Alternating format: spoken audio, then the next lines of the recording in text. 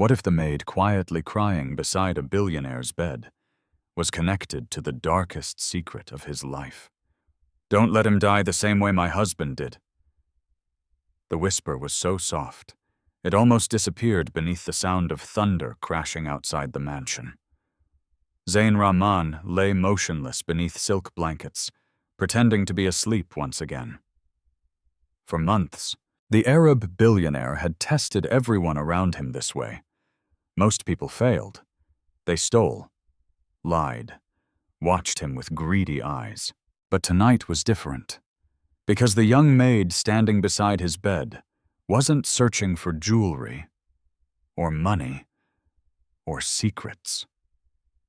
Her trembling fingers carefully adjusted his oxygen tube before she suddenly broke down in tears.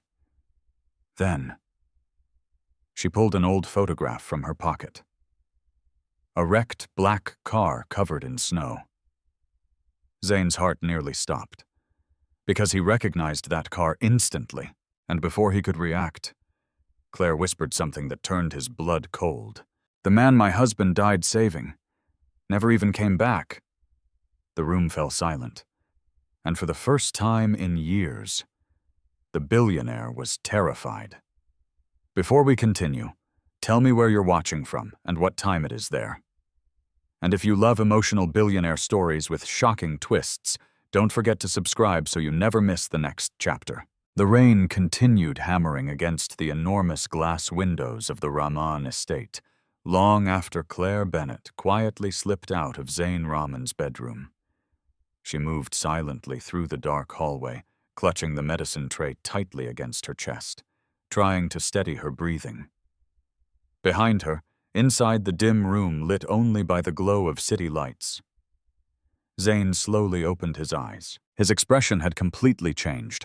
Cold, alert, disturbed. For years, the billionaire had mastered the art of pretending. Pretending to trust. Pretending to care. Pretending to sleep. But what he had just heard from the maid standing beside his bed didn't feel fake. It felt personal. Dangerously personal. Zain slowly sat up, his jaw tightening as flashes of twisted metal and falling snow pushed into his memory like ghosts clawing their way out of the dark. A black car, a freezing road, blood. Then nothing. His fingers curled against the blanket. Impossible. That accident had happened nearly 8 years ago in Colorado. Nobody outside his inner circle was supposed to know about it. The official story had been buried immediately by lawyers and security teams. Yet somehow, the maid carried a photograph of the wreck and spoke about a husband who died saving someone. Zain stared toward the closed bedroom door. "Who are you?" he whispered quietly. Downstairs, Claire entered the massive kitchen and placed the tray beside the sink. The mansion felt even larger at night. Endless marble floors, chandeliers bigger than most apartments, hallways lined with expensive paintings that looked colder the longer you stared at them. Nothing about the estate felt like a home. Only power. Only money. Claire rubbed her tired eyes and checked the time on her old phone. 1:17 a.m. A text message instantly appeared on the screen. St. Gabriel Children's Hospital. Her stomach tightened before she even opened it. Reminder: Ethan Bennett's next treatment payment is overdue. Claire closed her eyes.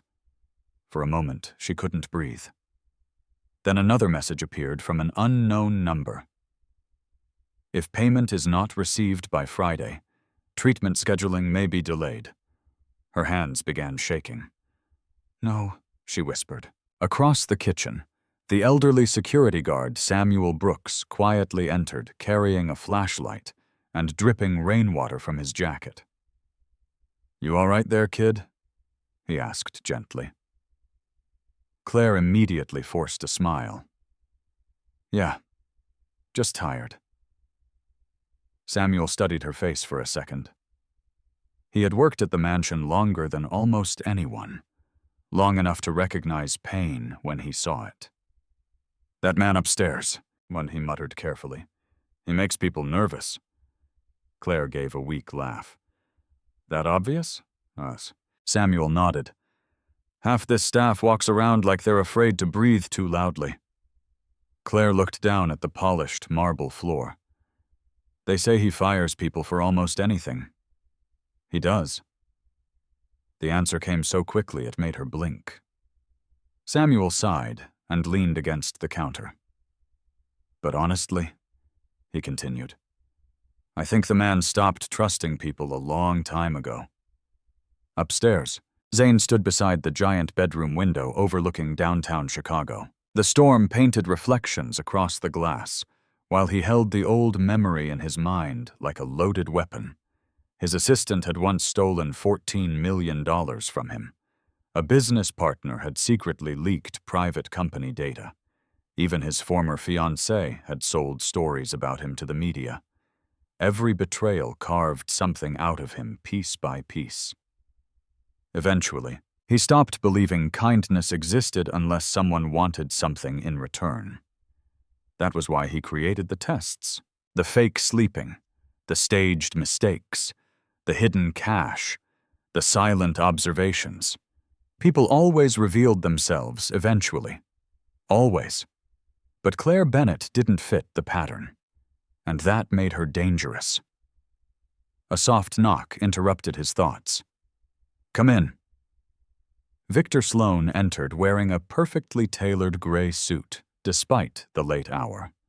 The lawyer's polished appearance never changed, not even at 1 a.m. You should be resting, Victor said calmly. Zane didn't answer immediately.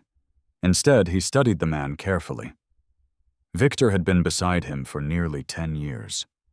He handled contracts, mergers, legal threats, everything. Sometimes Zane trusted Victor more than his own family. Did we finish reviewing the Seattle acquisition? Zane asked. Victor nodded once. It's handled. Then his eyes shifted toward the medicine bottle beside the bed. Did Dr. Hayes approve tonight's dosage? Zane noticed the question immediately. Not concern. Verification. As if Victor wanted confirmation.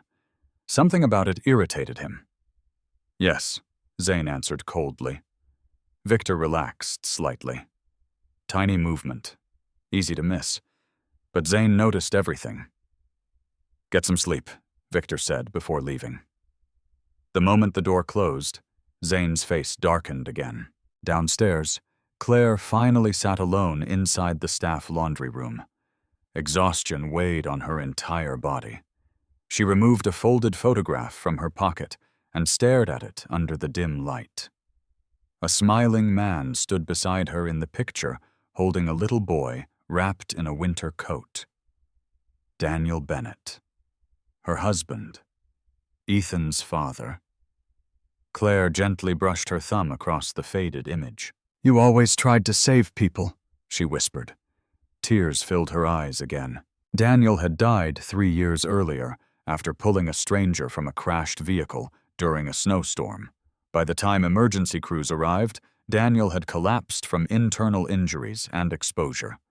The survivor disappeared before Claire ever learned his identity. No thank you. No explanation. Only funeral bills and silence. Claire carefully folded the photograph again just as her phone rang suddenly. St. Gabriel Hospital. Her heart dropped. She answered instantly. Hello? Mrs. Bennett? A tired nurse asked softly. I'm sorry to call so late, but Ethan's latest test results came back. Claire stood immediately. What happened? A pause. The kind of pause that changes lives. We need to move faster than expected. Claire gripped the edge of the table so hard her knuckles turned white. How much time? Not long. The room suddenly felt smaller, colder. Claire lowered her head as silent tears rolled down her face. I'm trying, she whispered desperately. I'm trying so hard. Upstairs, Zane slowly walked toward the staircase after overhearing part of the conversation through the partially open hallway door. He stopped when he heard Claire's broken voice echo quietly through the darkness. "If I lose him too," she whispered into the phone, barely able to breathe, "I won't survive it." Zane froze completely, and for the first time in years, the billionaire felt something inside him crack. The next evening, the Rahman estate looked less like a home and more like a palace prepared for royalty. Luxury cars lined the curved driveway beneath glowing lights, while valet attendants rushed through the cold Chicago air. Women stepped out wearing glittering designer gowns. Men adjusted diamond cufflinks as they climbed marble stairs leading into the mansion. Inside, crystal chandeliers illuminated every corner with golden light. Everything looked perfect. Everything except Claire Bennett. She stood quietly near the service hallway, holding a silver tray of champagne glasses while trying not to attract attention. Her simple black uniform suddenly felt cheaper than ever among the sea of wealth surrounding her. "Keep your head down," Monica Reed whispered sharply as she adjusted flower arrangements nearby. "Tonight's investors are worth more than entire countries." Claire nodded softly. Monica leaned closer. "And whatever you do, don't embarrass Mr. Rahman." Across the enormous ballroom, Zane Rahman stood beside a group of investors discussing a hotel merger in Miami. His dark blue suit fit perfectly, his expression unreadable as always. Power followed him naturally. People laughed louder around him, listened more carefully, even breathed differently. But despite the dozens of voices surrounding him, Zane's eyes occasionally drifted toward the service hallway, toward Claire. She noticed eventually and quickly looked away. That alone interested him. Most people stared at him too long, admired him too eagerly, wanted something. Claire looked at him like she wanted to avoid trouble. And somehow, that bothered him more. "Zane," a sharp female voice interrupted. "You're distracted tonight." Natalie Pierce stepped beside him with a polished smile and a champagne glass balanced elegantly between red fingernails. She was one of the investors backing his newest luxury hotel project. Beautiful, wealthy, cruel in ways that hid behind charm. "Just tired," Zane answered. Natalie followed his gaze toward the hallway and spotted Claire immediately. Her smile faded slightly. "Oh," she murmured. "The new maid." Zane said nothing. Natalie took a sip of champagne. "You really should hire staff that blend into the background better." Meanwhile, Claire carefully carried a fresh tray toward the ballroom entrance. Monica had assigned her to refill drinks quietly and leave without speaking. Simple. At least that was the plan. But halfway across the crowded room, a man suddenly stepped backward while laughing loudly at a joke. His elbow slammed directly into Claire's tray. Champagne glasses shattered instantly across the marble floor. The room fell silent. Claire froze. Several guests stepped away in irritation as sparkling liquid splashed near expensive shoes and dresses. "Oh my God," someone muttered. Natalie slowly turned toward Claire, her expression twisting with disgust. "You can't be serious." Claire immediately knelt down. "I'm so sorry," she whispered quickly. "I didn't mean—" "Of course you didn't," Natalie interrupted coldly. "People like you never think before causing problems." The words hit harder than the broken glass. Several guests exchanged awkward looks. Others smirked openly. Claire kept her eyes lowered while hurriedly picking up shattered pieces with trembling fingers. One sharp edge sliced across her skin. Instantly. Blood appeared against her palm, but she didn't stop. "Look at this," Natalie continued loudly enough for others to hear. "Zane, your staff is making the entire evening look unprofessional." Zane watched silently from across the room. His face revealed nothing. Claire briefly looked toward him. For one painful second, she thought he might defend her. He didn't. That hurt more than the humiliation itself. Natalie sighed dramatically. Women like her should stay invisible, she said before turning away dismissively. The room slowly returned to conversation, but Claire could still feel the stares burning into her back. Samuel Brooks quietly appeared beside her, holding a towel. "You're bleeding," he murmured. "I'm fine," Claire whispered automatically. Samuel looked toward the guests with visible anger. "Rich people forget they're human sometimes." Claire forced a small smile. "Not all of them." Across the ballroom, Zane heard that sentence clearly, and for reasons he couldn't explain, guilt settled heavily in his chest. Later that night, after the guests moved into the dining hall, Claire slipped into the kitchen, carrying a bag of untouched leftovers. Massive trays of expensive food sat abandoned everywhere, enough to feed dozens of families. Most of it would be thrown away. Claire quietly began packing portions into containers. "You stealing now too?" Monica snapped suddenly from the doorway. Claire flinched. "No. I was just going to give some to Samuel before it gets tossed out." Monica crossed her arms. "You're not paid to think. You're paid to clean." Claire lowered her gaze again. "Sorry." Monica rolled her eyes and walked away. Minutes later, Samuel entered through the back hallway and found Claire handing him 2 warm containers. "You didn't have to do this," he said softly. Claire shrugged. "Food shouldn't go to waste." Samuel smiled sadly. "You remind me of someone." Claire paused. "My husband used to say that too."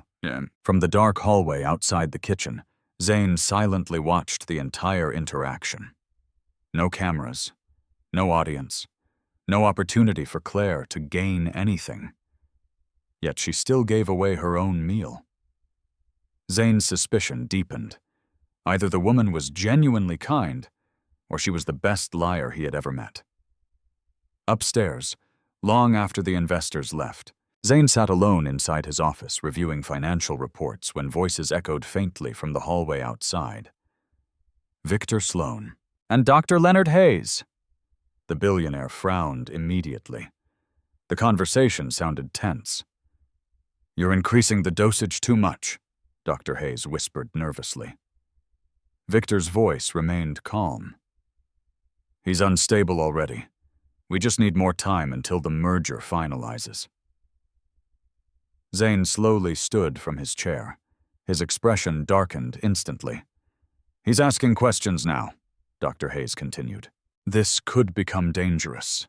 Victor lowered his voice further. "Then make sure he stays exhausted." The room went cold. Zane stepped closer to the office door silently. His pulse began pounding harder. Exhausted? Dosage? What the hell were they talking about?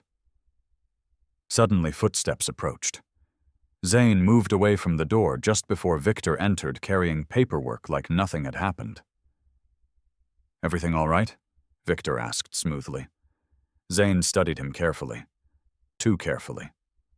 "Yes," he answered slowly.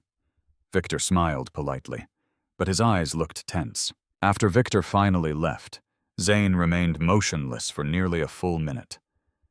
Then another thought struck him. The medication. Without wasting another second, he walked quickly toward his bedroom. Meanwhile, downstairs, Claire quietly entered the room moments earlier, carrying fresh towels. As she organized the nightstand, something caught her attention inside the partially open medicine drawer. Several pill bottles. Different labels. Different dosages. But one label looked strange, crooked, almost replaced. Claire slowly picked up the bottle and stared at it carefully. Then her face turned pale, because the dosage instructions had clearly been altered by hand. And before she could react, footsteps suddenly approached the bedroom door. Claire's heart nearly stopped when the bedroom door handle suddenly moved. Without thinking, she slipped the suspicious pill bottle into the pocket of her apron just as the door opened.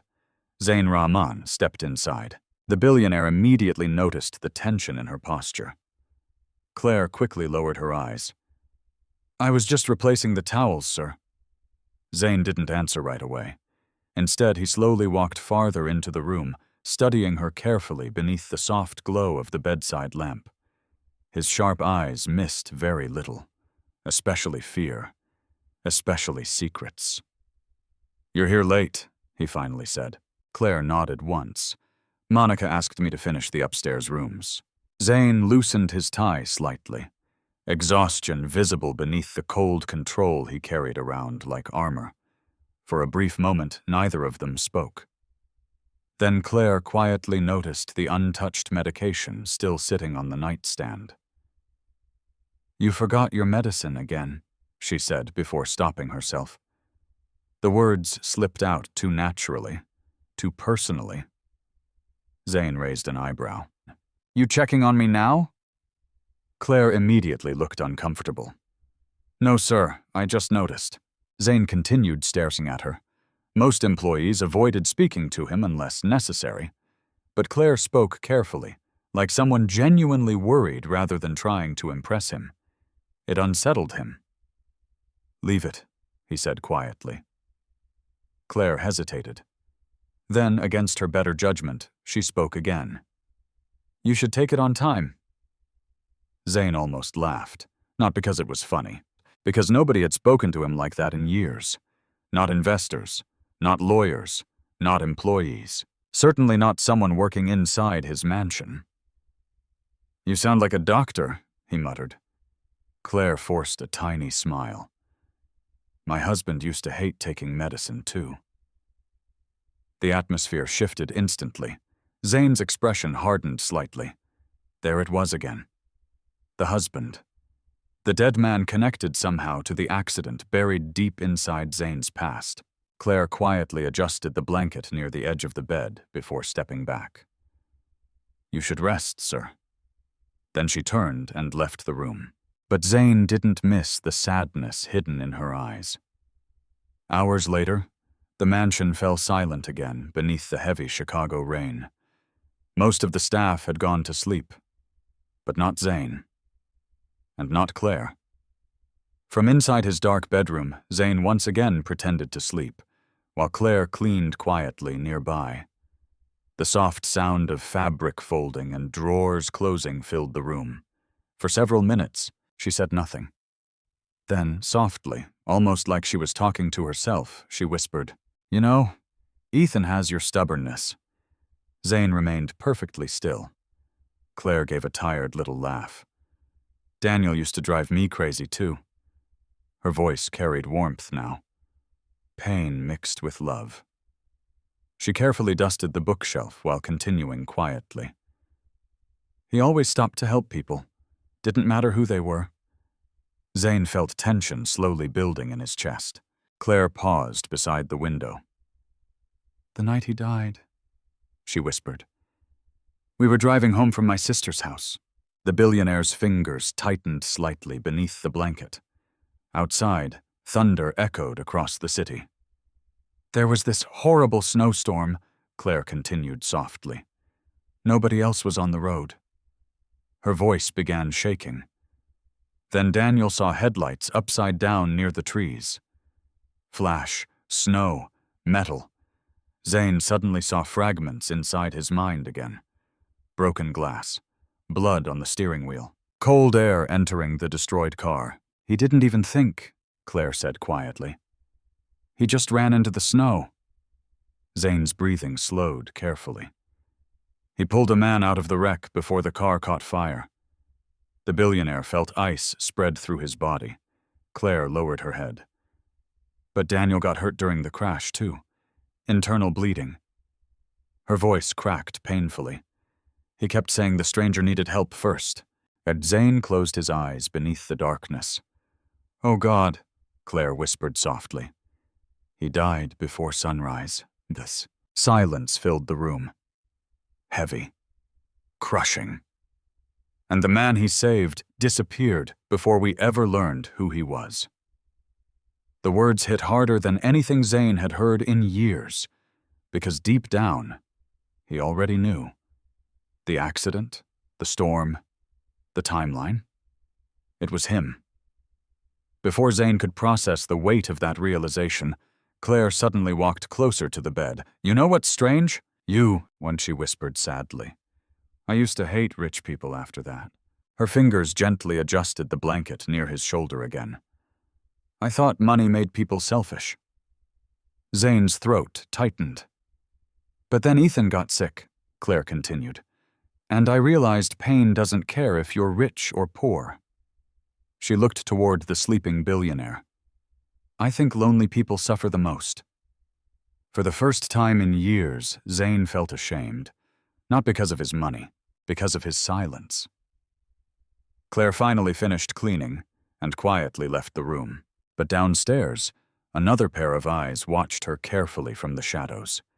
Monica Reed. The head housekeeper narrowed her eyes as Claire disappeared toward the laundry room. Something about the new maid bothered her deeply. Maybe it was Zane's growing attention. Maybe it was jealousy.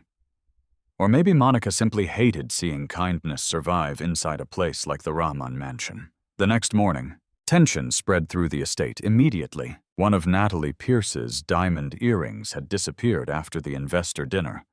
Staff members whispered nervously across the kitchen. Monica stood near the center of the room with crossed arms while security guards searched lockers and cleaning carts. "This is humiliating," one employee muttered. Samuel Brooks frowned immediately. "You accusing people already?" Monica ignored him. "We all know expensive jewelry doesn't just disappear." Claire entered the kitchen carrying fresh linens, instantly sensing the tension.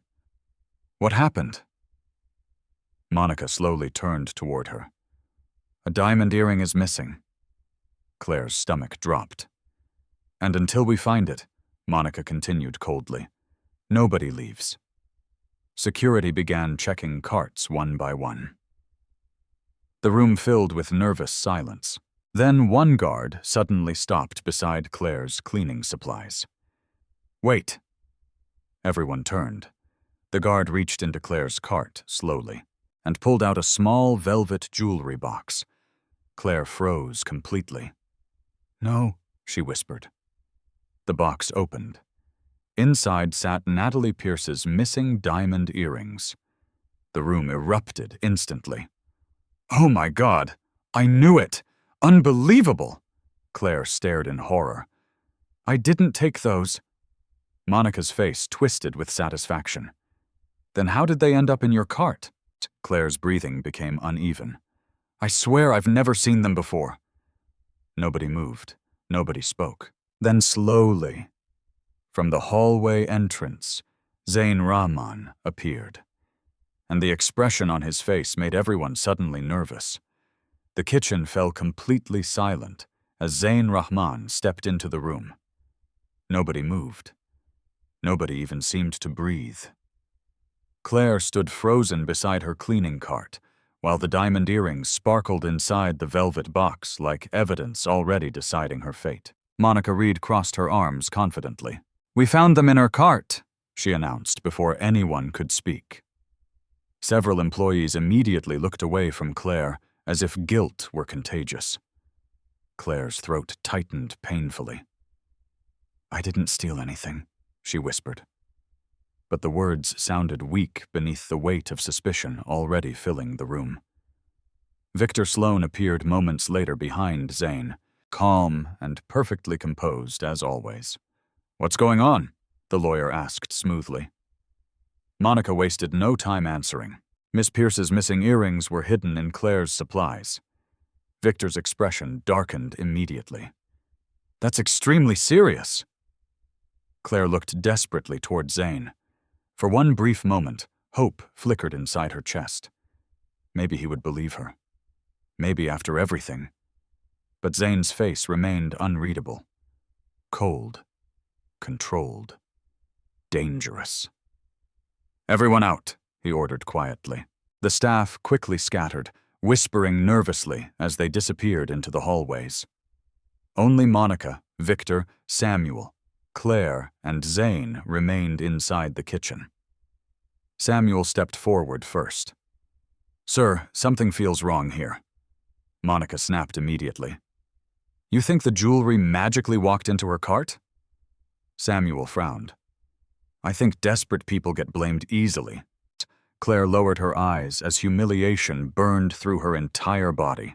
Victor slowly approached the cart and examined the jewelry box. This belongs to Natalie Pierce, he confirmed. Then his gaze shifted toward Claire.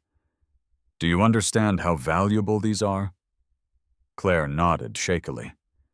Yes. Victor's voice hardened. Then explain why they were in your possession. I don't know, Claire answered honestly. Someone put them there. Monica scoffed loudly. That's convenient. Claire's hands trembled harder. I swear I didn't touch them. Ewan. Victor looked toward Zane carefully. We should contact the police before this becomes complicated. The word police instantly drained color from Claire's face. No, she whispered. Victor raised an eyebrow. Why not? Because she already knew what would happen. Arrest records, court fees, lost income, no job, no insurance, no treatment for Ethan. Claire suddenly felt like the walls were closing around her. Please, she whispered desperately. I didn't do this. Monica folded her arms tighter. Every thief says that. Samuel stepped beside Claire protectively. She's telling the truth. Monica laughed bitterly. You barely know her. Sometimes that's enough, Samuel answered coldly. The room grew tense again. Then finally Zane spoke. Leave us. Victor looked surprised. Zane, I said leave us. Even Victor fell silent after hearing the tone in the billionaire's voice. One by one, everyone exited the kitchen until only Claire and Zane remained. The silence between them felt unbearable. Claire couldn't even look at him anymore. She stared at the marble floor while fighting tears. You think I stole them too? She whispered quietly. Zane studied her carefully. Her breathing was uneven, her shoulders trembling, but her eyes, not greedy, not calculating, hurt. Did you? He asked calmly. Claire looked at him then, actually looked at him, and for the first time since arriving at the mansion, anger flashed across her face. If I wanted to steal, she said shakily, I wouldn't still be working double shifts trying to pay hospital bills. The words hit the room like broken glass. Zane's expression shifted slightly. Claire wiped tears from her cheeks, embarrassed by her own emotions. My son is sick, she continued. Every second I'm here, every insult, every humiliation, I take it because he needs surgery. Her voice cracked completely. And I'm losing him anyway. Zane remained silent. Claire laughed bitterly through tears. You know the worst part? She whispered. I almost understand why people steal.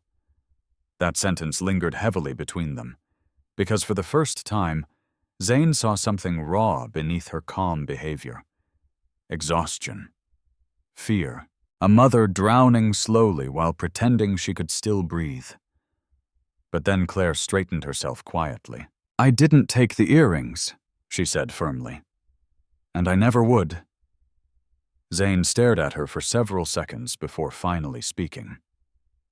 Go back to work. Claire blinked in disbelief. You're not firing me? Not yet.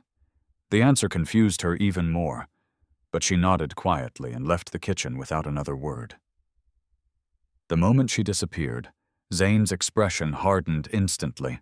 He walked directly toward the mansion security office. 10 minutes later, surveillance footage covered multiple screens around him. Security guards searched through recordings from the previous night, while Zane stood silently behind them. Fast forward. Pause. Rewind. Then finally, Monica Reed appeared on camera near the service hallway. She glanced around carefully before slipping something small into Claire's cleaning cart. The room fell silent. There, one guard muttered. Zane's jaw tightened, so Claire had been telling the truth. Yet strangely, That discovery didn't calm him, because another question now consumed him instead. If Claire truly needed money badly enough to save her son, would she still choose honesty when nobody was watching? Hours later, long after midnight, Zane quietly prepared one final test. Inside his bedroom, he intentionally left a black leather wallet partially visible near the edge of the desk. Inside sat nearly $12,000 in cash, enough to change someone's life, enough to tempt desperation. Then he lay down and pretended to sleep once again. Not long after, Claire entered carrying clean towels. She moved carefully around the room, still emotionally drained from the humiliation earlier that evening. Her eyes looked swollen from crying. As she cleaned near the desk, her hand suddenly froze. The wallet, partially open, stacks of cash visible instantly. Claire stared at it silently, then slowly looked toward the sleeping billionaire. Zane kept his breathing steady, motionless. Claire swallowed hard. $12,000. Maybe more. Enough for Ethan's treatment deposit. Enough to stop the hospital calls. Enough to buy time her son no longer had. Tears slowly filled her eyes again. "Oh, God," she whispered shakily.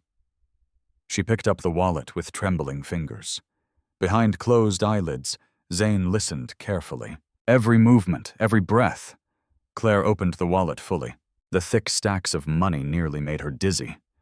For several painful seconds, she simply stared at it. And for the first time since arriving at the mansion, she truly considered taking it. Her breathing became uneven.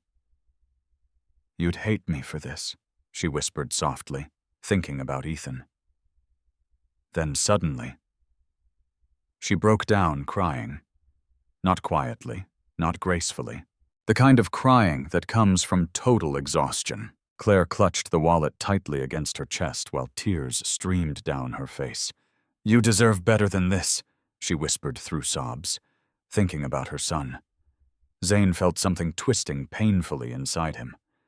Then Claire slowly stood, walked toward the hidden safe behind the painting, entered the security code she had seen Monica use earlier, and carefully locked every dollar inside untouched. Zane's eyes opened slightly the moment her back turned away. Shock spread slowly across his face. Because desperate people lied, desperate people stole, desperate people survived however they could. But Claire Bennett just chose honesty over saving her own child. Then suddenly, as she turned to leave, something slipped from her apron pocket and fell onto the floor. A photograph. Claire gasped softly, but Zane had already seen it. The wrecked black car buried in snow. His car. And in that moment, the billionaire realized the dead man Claire spoke about had saved his life. The photograph lay between them on the polished wooden floor. Claire froze. Zane slowly sat up on the bed, no longer pretending to sleep. The air inside the room suddenly felt heavier, dangerously heavy. Claire stared at him in shock, her face turning pale as realization hit her all at once. "You were awake," she whispered. Zane didn't answer immediately. His eyes remained locked on the photograph in her trembling hands. The wrecked black car covered in snow. His black car. For several seconds, neither of them moved. Then quietly, Zane spoke. "Where did you get that picture?" Claire quickly grabbed the photograph and held it against her chest protectively. "My husband took it," she answered carefully. Zane stood slowly from the bed. His expression looked colder than ever, but underneath it, something unstable flickered in his eyes. "Tell me everything." Claire hesitated. The billionaire stepped closer. "That car," he continued quietly. "Why does your husband have a picture of it?" Claire swallowed hard. "You already know why." The words landed like a punch. Outside, thunder echoed across the city skyline while silence filled the room between them. Finally, Claire looked away first. "It happened 3 years ago during a snowstorm in Colorado," she whispered. "Daniel found a man trapped inside a crashed car." Flashbacks exploded inside Zane's mind again. The freezing air, smoke, blood running into his eyes, a stranger's voice yelling through the storm. "Stay awake!" Zane grabbed the edge of the desk tightly. Claire continued quietly, unaware of the war happening inside him. The car flipped into a ditch. Daniel crawled inside before it caught fire. Her voice trembled. He broke his ribs pulling the driver out. Zane's breathing became uneven. Claire looked down at the photograph. He kept saying the man would die if he didn't move fast enough. The billionaire suddenly turned away toward the window, because guilt was beginning to crush him alive. Claire noticed the tension immediately. Then slowly, her eyes widened. "You know something," she whispered. Zane closed his eyes briefly. When he finally spoke, his voice sounded different, lower, heavier. "I was the driver." The room fell silent. Claire stopped breathing for a moment. "No." Zane turned toward her slowly. "The accident happened after a business conference in Aspen," he continued quietly. "I lost control during the storm." Claire stared at him in disbelief. Her lips parted slightly, but no words came out. "My security team found me unconscious hours later," Zane said. "They told me someone had dragged me out before the car exploded." Claire's eyes filled with tears instantly. "You're him," she whispered weakly. Zane lowered his gaze. "Yes." For several painful seconds, Claire simply stared at the billionaire standing in front of her. The man her husband died saving. The same man who watched silently while she was humiliated downstairs.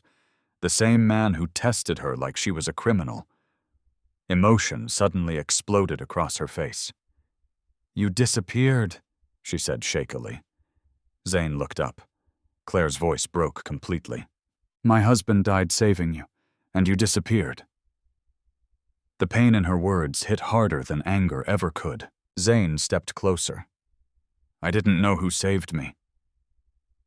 "But you never looked?" Claire snapped. The billionaire fell silent. Because he had no answer. Claire laughed bitterly through tears. "We buried him with debt collectors calling our house." Her breathing became uneven. "I worked 3 jobs while Ethan got sicker every year." Zane's face slowly turned pale. "And all this time?" Claire whispered. "You were living here." The mansion suddenly felt disgusting around them. Too big, too expensive, too empty. "I'm sorry," Zane said quietly. Claire looked at him with shattered eyes. "You don't even know what that word means." Then she turned away before he could answer. But as Claire reached the bedroom door, Zane suddenly spoke again. "The medication." She stopped. Slowly. "What about it?" Zane narrowed his eyes carefully. "You took one of my pill bottles." Claire froze completely. For a second, fear crossed her face again. Then she reached into her apron pocket and pulled out the bottle she had hidden earlier. "The dosage label was changed," she admitted quietly. Zane took the bottle immediately. His expression darkened. "Who touched this?" "I don't know," Claire answered honestly. "But something's wrong." The billionaire stared at the altered label for several seconds. Then suddenly, everything clicked together. The exhaustion, the dizziness, the memory gaps. Victor's conversation with Dr. Hayes. "Keep him weak until the merger is complete." Zane's pulse quickened dangerously. Without another word, he walked quickly toward the hidden bar inside his office and unlocked a private drawer containing medical files. Claire watched silently as he compared prescriptions. Then his face turned cold. Ice cold. The dosage on the bottle was nearly double what Dr. Hayes originally prescribed. "What is it?" Claire whispered. Zane looked up slowly. Someone's been poisoning me. The words sucked the oxygen from the room. Claire stared at him in horror. No! Zane grabbed his phone instantly. Get Dr. Hayes here. Now! An hour later, Dr. Leonard Hayes sat trembling inside Zane's private office, while Claire remained quietly near the doorway. The doctor looked terrified. Zane placed the altered bottle on the desk. Explain this. Dr. Hayes immediately went pale. I can explain. Start talking. The doctor's hands shook violently. Finally, he broke. It was Victor Sloan, he whispered. Claire's eyes widened. Zane's jaw tightened dangerously. What did you say? Dr. Hayes lowered his head. He pressured me to increase your medication slowly over time. His voice cracked. He said your stress levels made you unstable already. Zane stared at him in disbelief. He wanted control of the company merger, Dr. Hayes admitted desperately. If your condition worsened, Victor would gain temporary authority over major business decisions. Claire covered her mouth in shock. The billionaire stepped backward slowly. Betrayal. Again. Another trusted person. Another knife hidden behind loyalty. How long? Zane asked coldly. Almost a year. The room fell silent. Then suddenly Zane laughed once, but there was no humor in it. Only pain. Claire looked at him carefully. For the first time since meeting him, the powerful billionaire didn't look untouchable anymore. He looked exhausted, broken, human. Then suddenly, Zane's phone buzzed loudly on the desk. A message appeared across the screen. From Victor Sloan. We need to talk immediately. And beneath the text, a photograph. Victor standing outside the mansion security room, smiling directly into the camera, as if he already knew everything. The message on Zane Rahman's phone felt less like a text and more like a threat. Victor Sloan standing outside the mansion security room, smiling, watching, as if the lawyer had been 10 steps ahead the entire time. Inside the office, nobody spoke. Dr. Leonard Hayes looked seconds away from collapsing, while Claire stood frozen near the doorway, trying to process how deeply the betrayal reached. Zane slowly locked his phone screen. His face had gone completely unreadable again. But Claire noticed something different now. Not coldness, rage, pure controlled rage. When did he send this? Zane asked quietly. Dr. Hayes swallowed hard. A few minutes ago. Zane nodded once, then looked directly at Claire. You need to leave the mansion tonight. Claire blinked. What? This situation is dangerous now. Claire crossed her arms immediately. I'm not leaving while someone's trying to kill you. The answer surprised everyone in the room, including Zane. For a second, the billionaire simply stared at her. Then, suddenly, the mansion lights flickered. Once, twice, and went dark. The entire estate plunged into silence. Claire's heart jumped instantly. What happened? Before anyone could answer, emergency backup lights activated dimly across the hallway outside. Red, cold, unsettling. Then security alarms exploded through the mansion. Dr. Hayes nearly fell out of his chair. Oh God. Zane grabbed his phone again. No signal. Of course. Victor had planned this. Stay here, Zane ordered. But the second he stepped into the hallway, chaos erupted downstairs. Shouting, running footsteps, security radios crackling loudly. Claire followed him despite his warning. The massive mansion suddenly looked terrifying beneath the flashing emergency lights. Employees rushed through the corridors in panic while security guards searched room after room. Samuel Brooks appeared near the staircase, breathing heavily. Sir, he shouted, the server room's been wiped clean. Zane's expression darkened instantly. Victor was destroying evidence. Then another guard came running around the corner. He's trying to leave through the underground garage. Zane moved immediately. Claire followed close behind. "Claire, go back upstairs," he snapped. "No! Damn it, this isn't safe!" She looked directly at him. Neither was running into a snowstorm to save a stranger. The words stopped him cold. For one brief second, emotion crossed Zane's face again. Then suddenly, pain slammed through his chest. Zane stumbled violently against the wall. Claire's eyes widened. "Zane?" His breathing became uneven instantly. Fast. Shallow. Something was wrong. Very wrong. Dr. Hayes appeared behind them and immediately went pale. "No!" Zane collapsed hard onto one knee. Claire rushed toward him. "What's happening?" The doctor looked terrified. "He took tonight's medication earlier." Claire froze. The altered medication. Victor had known Zane would discover the truth eventually, which meant tonight's dose. "Oh my God," Claire whispered. Zane's vision blurred badly now.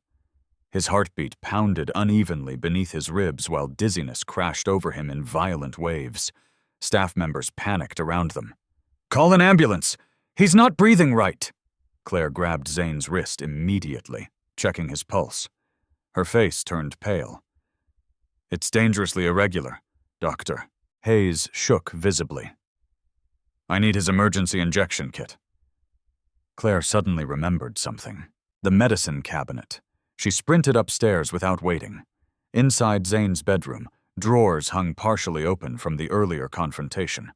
Claire rushed toward the cabinet and grabbed the emergency kit, but the second she opened it, her stomach dropped. The injection vial inside had been replaced too. Victor sabotaged everything. "No, no, no!" Claire's breathing became frantic. Then she noticed another smaller bottle hidden behind the cabinet. Original dosage. Untouched. Probably overlooked. She grabbed it instantly and ran back downstairs. By the time she returned, Zane was barely conscious. His skin had turned pale beneath the flashing red lights. Several employees stood frozen in fear while Samuel tried keeping people back. Claire pushed through immediately. "Move!" She dropped beside Zane and quickly examined the injection. Dr. Hayes looked shocked. "That's the original medication." Claire loaded the syringe with trembling hands. "Will it work?" The doctor nodded quickly. "It should stabilize his heart." Claire looked down at Zane. His eyes were barely open now. For the first time since meeting him, the powerful billionaire looked fragile, human, afraid. Claire injected the medicine carefully while holding his arm steady. "Stay with me," she whispered desperately. Zane's breathing remained uneven for several terrifying seconds. Then slowly, very slowly, his pulse began stabilizing. Relief crashed through the hallway instantly, but before anyone could recover, a security guard shouted through his radio. "Victor Sloan is heading toward the underground exit." Zane forced himself upright despite Claire's protest. "You need a hospital," she argued. "Later. You almost died, and Victor almost destroyed everything." The billionaire's voice sounded weak but dangerous. Samuel stepped forward. "I'll handle security." "No," Zane answered immediately. "Victor knows the system better than anyone."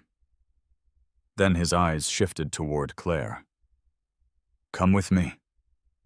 The underground garage beneath the mansion echoed with the sound of screeching tires and distant alarms. Security guards searched between rows of luxury vehicles while rainwater leaked from the ceiling outside the main gate. Then suddenly, "There!" Victor Sloan appeared near a black SUV holding a metal briefcase tightly in one hand. The lawyer froze when he saw Zane approaching alive. Shock flashed across his face instantly. "That's impossible," Victor whispered. Zane stopped several feet away. "You should have aimed higher than exhaustion." Victor recovered quickly. His expression hardened. "You were already weak." The billionaire's jaw tightened. "You drugged me for a year." Victor laughed once. You made it easy. Claire stared at the man in disbelief. How could you do this? Victor looked toward her coldly. People like him don't survive by being good. Zane stepped closer. And people like you destroy everything they touch. Victor's grip tightened on the briefcase. Millions of dollars, company documents, stolen accounts, evidence. Then suddenly Victor bolted toward the SUV. Security guards chased him instantly. The garage exploded into chaos. Tires screeched. People shouted. Rain poured harder outside. But in the middle of the madness, Zane suddenly staggered again. Claire caught him before he hit the concrete floor. His breathing turned ragged once more. The medication wasn't enough. We're out of time, Dr. Hayes shouted from behind them. He needs a hospital now. Claire wrapped one arm around Zane as emergency sirens finally echoed outside the estate. The billionaire looked toward her weakly. Why are you still helping me? He asked quietly. Claire's eyes filled with emotion. Because my husband would have wanted me to. And for the first time in years, Zain Rahman felt tears burn behind his eyes. 3 days later, the atmosphere inside the Rahman estate felt completely different. Quieter. Tense. Like the mansion itself was holding its breath. Rain no longer crashed against the windows, but the storm Victor Sloan created still lingered everywhere. News of the billionaire's sudden hospitalization had already begun spreading through business circles across Chicago. Investors panicked. Executives whispered behind closed doors. Rumors exploded online about internal corruption inside Rahman Global Holdings. But nobody knew the full truth yet. Only a handful of people understood how close Zain Rahman had come to dying. And only one person had stayed beside him through every hour of it. Claire Bennett. Inside St. Gabriel Medical Center, Claire sat quietly near the hospital window, holding a paper cup of untouched coffee. Exhaustion covered her face. She hadn't slept properly in nearly 2 days, yet she still refused to leave. Across the room, Zain slowly opened his eyes. Claire immediately stood. You're awake. His voice came out rough. How long? Almost 14 hours since the second collapse. Zain stared at the ceiling silently for a moment, before finally turning toward her. You stayed. Claire gave a tired shrug. You would have done the same. The billionaire almost smiled, but both of them knew that wasn't true. Old Zain wouldn't have stayed for anyone. The room remained quiet, until another voice suddenly interrupted. Mr. Rahman. Dr. Leonard Hayes entered carefully holding several folders. His face still carried visible guilt. We recovered most of the deleted files from the mansion servers, the doctor explained. Security also tracked Victor Sloan's financial transfers. Zane's eyes darkened instantly. How much? Nearly $42 million. Claire stared in disbelief. Dr. Hayes continued nervously. There's more. He placed several documents on the hospital table. These are the forged medical reports Victor planned to release publicly. Zane grabbed the papers. His expression hardened with every page. Severe cognitive instability. Psychological decline. Recommended temporary removal from executive control. Claire slowly realized the horrifying truth. He wanted the board to think you were mentally unfit, she whispered. Dr. Hayes nodded sadly. If Victor gained temporary authority during the merger, he would have controlled most of the company. Zane looked out the window quietly. Not angry anymore, just tired. Years, he muttered bitterly. I trusted him for years. Claire stepped closer carefully. Bad people are good at pretending too. The billionaire looked toward her, and suddenly understood something painful. He spent so much time testing everyone else, he never noticed the person truly betraying him. Hours later, Zayn made a decision that shocked everyone around him. He ordered an emergency executive meeting at the Rahman estate. Every investor, every board member, every senior employee, including Natalie Pierce, including Monica Reed. By evening, the mansion ballroom once again filled with wealthy guests beneath glowing chandeliers. But tonight felt nothing like the glamorous investor dinner from days earlier. Fear replaced confidence now. Whispers echoed across the room. Is he really coming? I heard Victor disappeared. Someone said the FBI got involved. Monica stood nervously near the back wall while Natalie Pierce adjusted her diamond bracelet with visible irritation. Then, suddenly, the ballroom doors opened. The room fell silent instantly. Zayn Rahman entered slowly beside Claire Bennett. Everyone stared in disbelief. The billionaire looked paler than usual, but stronger than expected. And standing beside him, not behind him, was the maid everyone had mocked days earlier. Natalie's face tightened immediately. Monica looked like she might faint. Zayn stopped at the center of the ballroom, then calmly addressed the room. I invited all of you here tonight because some truths can no longer remain hidden. Nobody moved. Behind him, massive projector screens slowly lit up. Security footage appeared. The ballroom collectively gasped. Monica Reed clearly appeared on screen, placing Natalie's earrings inside Claire's cleaning cart. The room erupted instantly. Oh my God, she framed her! That's unbelievable. Monica's face turned completely white. I can explain. Can you? Zayn interrupted coldly. The woman's mouth opened, but no words came out. Then another video appeared.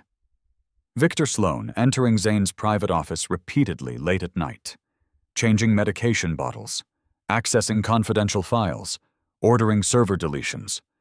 The room fell silent again, because suddenly the rumors sounded even worse than anyone imagined.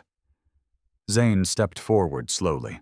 For over a year, Victor Sloan manipulated my medical treatment while attempting to seize control of my company. Several executives looked horrified.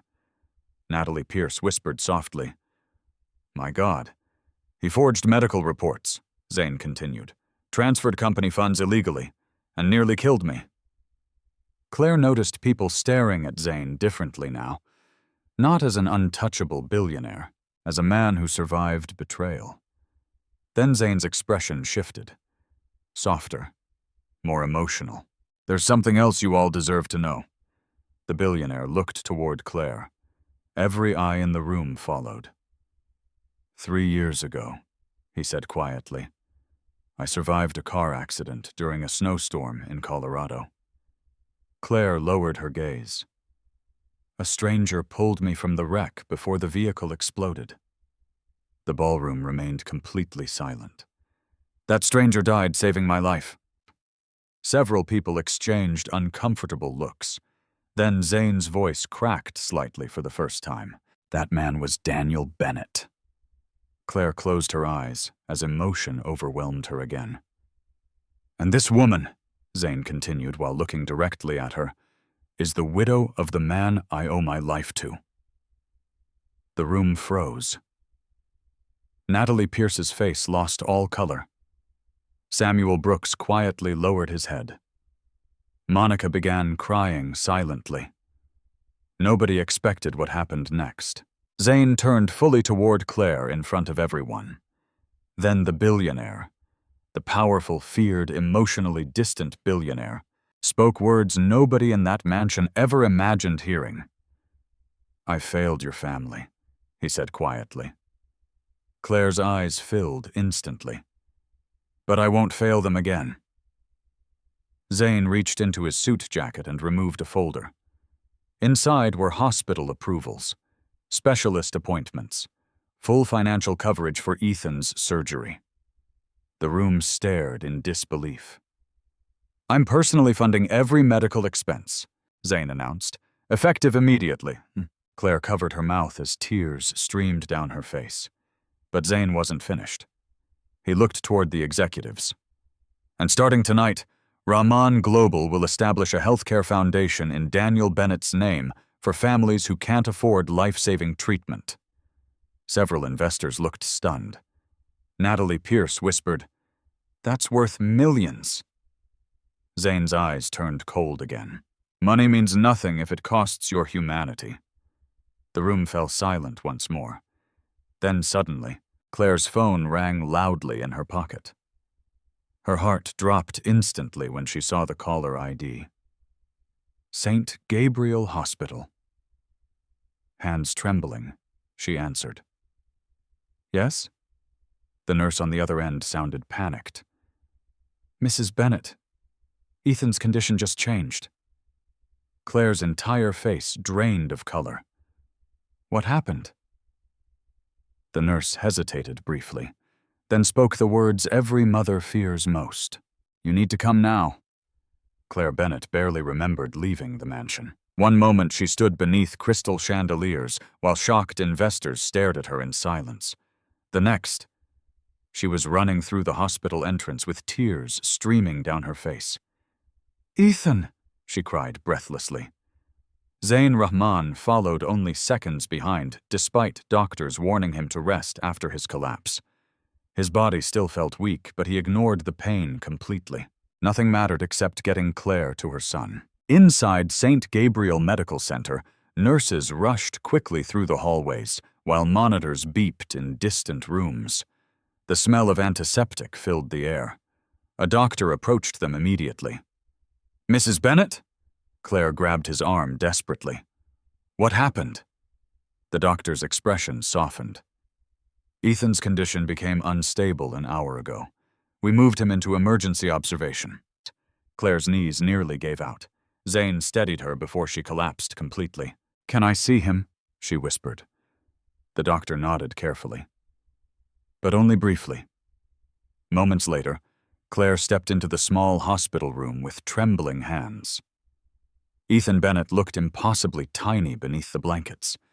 Tubes and wires surrounded his fragile body, while machines quietly tracked every heartbeat. The little boy turned weakly when he saw her. "Mom?" Claire immediately broke down beside the bed. "Oh, baby." Ethan gave her a tired smile. "Did I scare you again?" Claire laughed through tears while brushing hair from his forehead. "You're not allowed to scare me anymore." The child's eyes slowly shifted toward the doorway, where Zain stood silently. "Who's that?" Claire looked back briefly. For a second, she didn't know how to explain everything. How do you explain to a child that the billionaire standing in the doorway was both the reason his father died and the man trying to save them now? "This is Mr. Rahman," she answered softly. Ethan studied Zain carefully, then quietly said something nobody expected. "You look lonely." The room fell silent. Even Zain looked caught off guard. Children always saw truth adults tried hiding. The billionaire slowly stepped closer to the bed. "How are you feeling, Ethan?" The boy shrugged weakly. "Tired." Zain nodded once. "I know the feeling." Claire watched the interaction quietly. Something inside her shifted watching Ethan speak to Zain without fear, without anger. Children didn't care about power. Only kindness. Hours later, after Ethan finally fell asleep again, Claire sat alone outside the operating wing while doctors prepared emergency surgery plans. The hallway lights dimmed softly around them. Exhaustion covered her entire body now. Zain approached carrying 2 cups of coffee. She accepted one silently. For several minutes, neither of them spoke. Finally, Claire broke the silence first. "You should be resting." Zain stared ahead quietly. "So should you." Claire gave a weak smile. Then her expression turned serious again. "Why are you really here?" The billionaire looked down at the untouched coffee in his hands. "Because I owe your family more than money." Claire looked away immediately.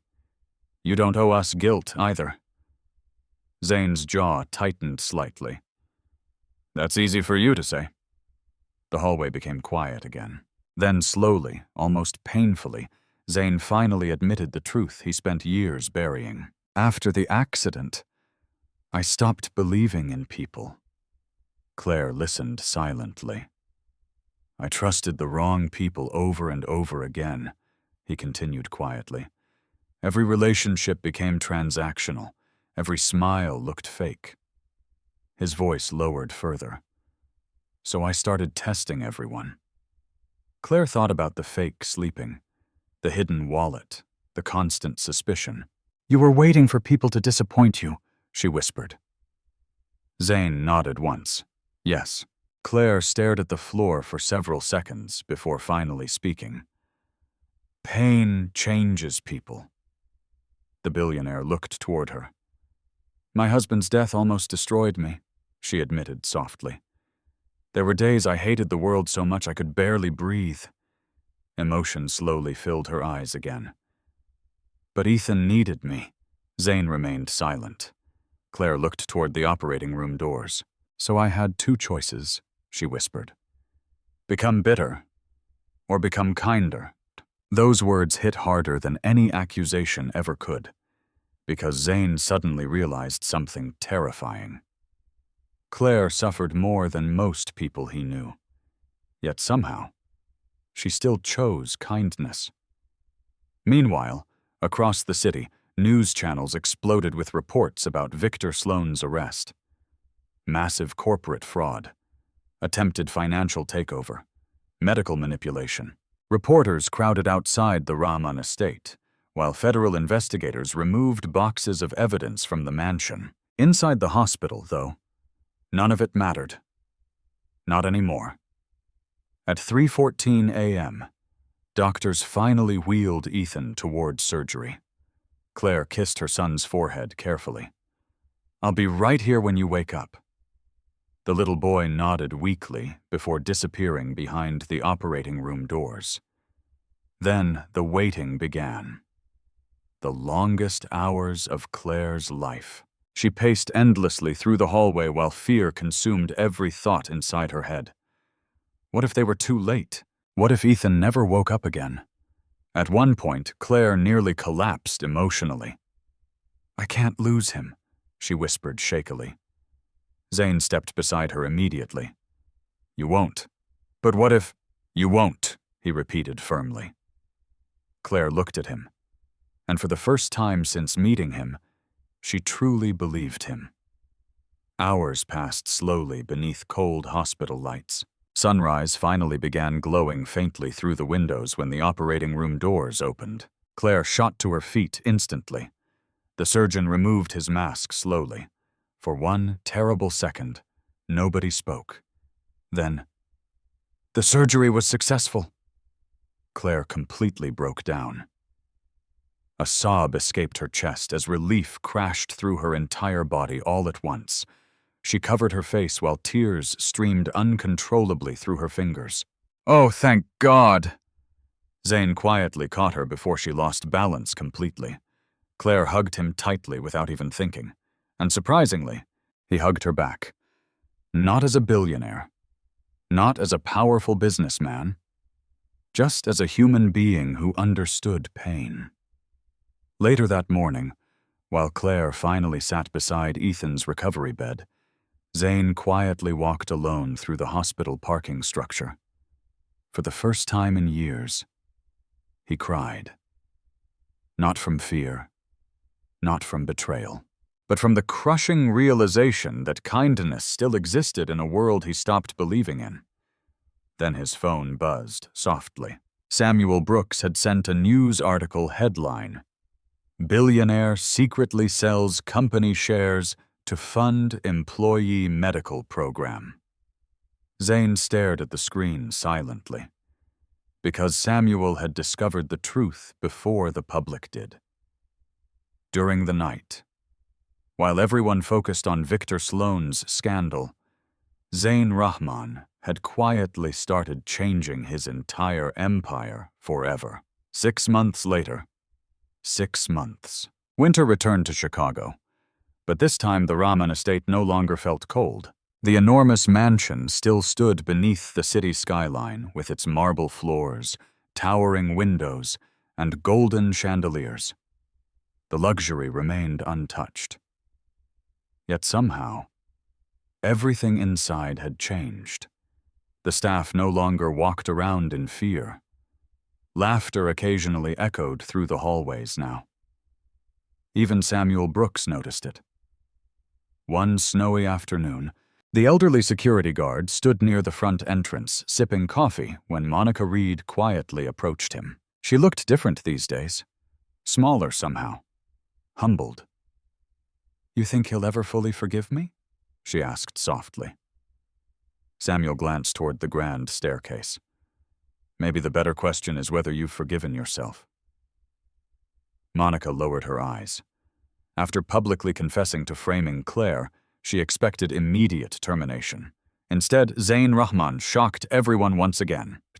He kept her employed, not because she deserved it, because he believed people could change when given the chance. And strangely, that terrified Monica more than punishment would have. At that exact moment, the front doors suddenly burst open. "Mr. Brooks!" 8-year-old Ethan Bennett ran inside wearing a winter coat nearly too big for him. Snow clung to his boots, while laughter filled the entrance hall. Samuel grinned immediately. "Well, look who's finally back." Ethan spread his arms dramatically. "I'm officially faster than physical therapy now." Behind him, Claire Bennett entered carrying grocery bags and shaking snowflakes from her hair. For the first time in years, she looked peaceful. Not exhausted. Not desperate. Peaceful. Monica stepped forward awkwardly. "Hi, Claire." Claire paused briefly. Months earlier, tension would have filled the room instantly. But now, Claire simply smiled softly. "Hi, Monica." The older woman looked visibly relieved. People truly can change, Samuel thought quietly. Upstairs, inside his office, Zain Rahman stood near the window, watching snow fall across the city. Except now, the office no longer looked like a prison. The liquor bottles disappeared months ago. Half the room had been converted into foundation planning space, covered with healthcare reports and employee assistance programs. Photographs of families helped through the Daniel Bennett Foundation lined one side of the desk. Thousands of employees across Rahman Global now received emergency medical support. And every single policy change began with one sentence Zain never forgot. "Money means nothing if it costs your humanity." A soft knock interrupted his thoughts. Claire stepped inside. "You're hiding again." Zain turned with the faintest smile.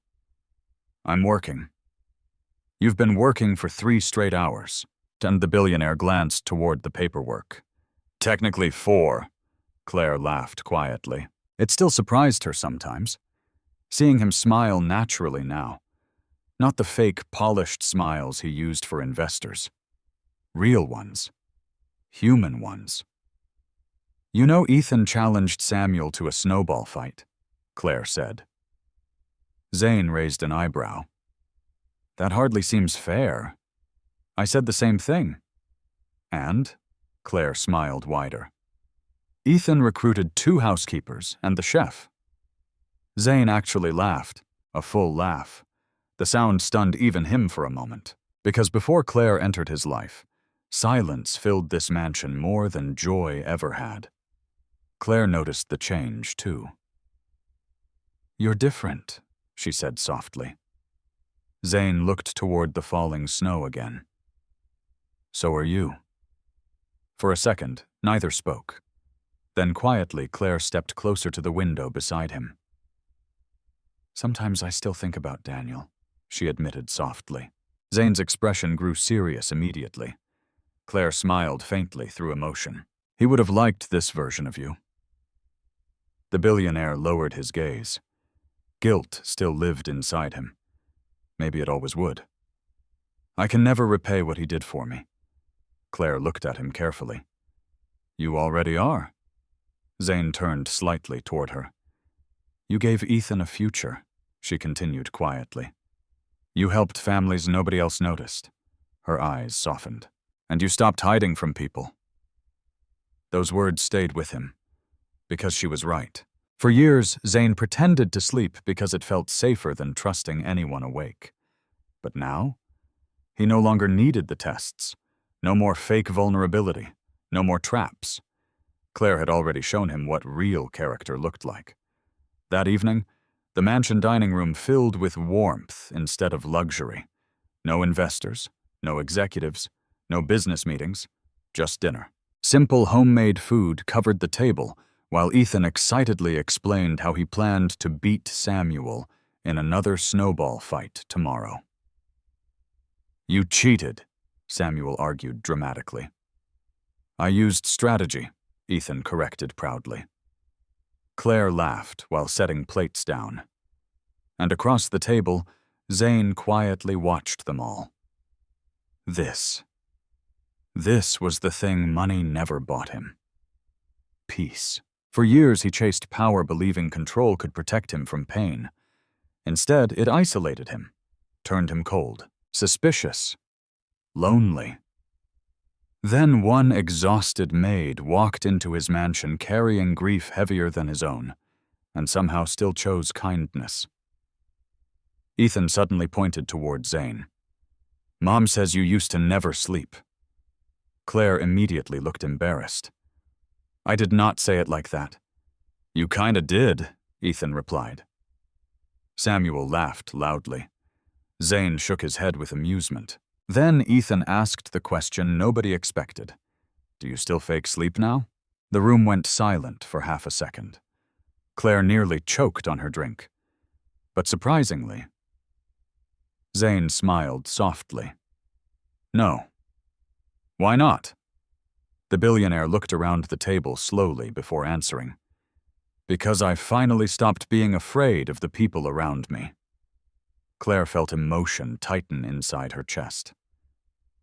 Outside, snow continued falling gently beyond the windows, while warmth filled the mansion that once felt empty. And later that night, after everyone went home and the hallways grew quiet again, Zane stood alone in the dark for a moment outside the guest wing. Then slowly, he looked toward Claire's closed bedroom door. Not with loneliness, not with suspicion, but gratitude. Real gratitude. Because the maid he once tested in silence had unknowingly saved him long before doctors ever could. Not just from death, but from becoming someone incapable of trust. And sometimes, the richest people in the world are simply the ones lucky enough to find one honest heart before it's too late. True character reveals itself when nobody is watching. Kindness matters. And the people society overlooks the fastest are often the ones capable of changing lives forever. If this story touched your heart, comment where you're watching from and what lesson stayed with you the most.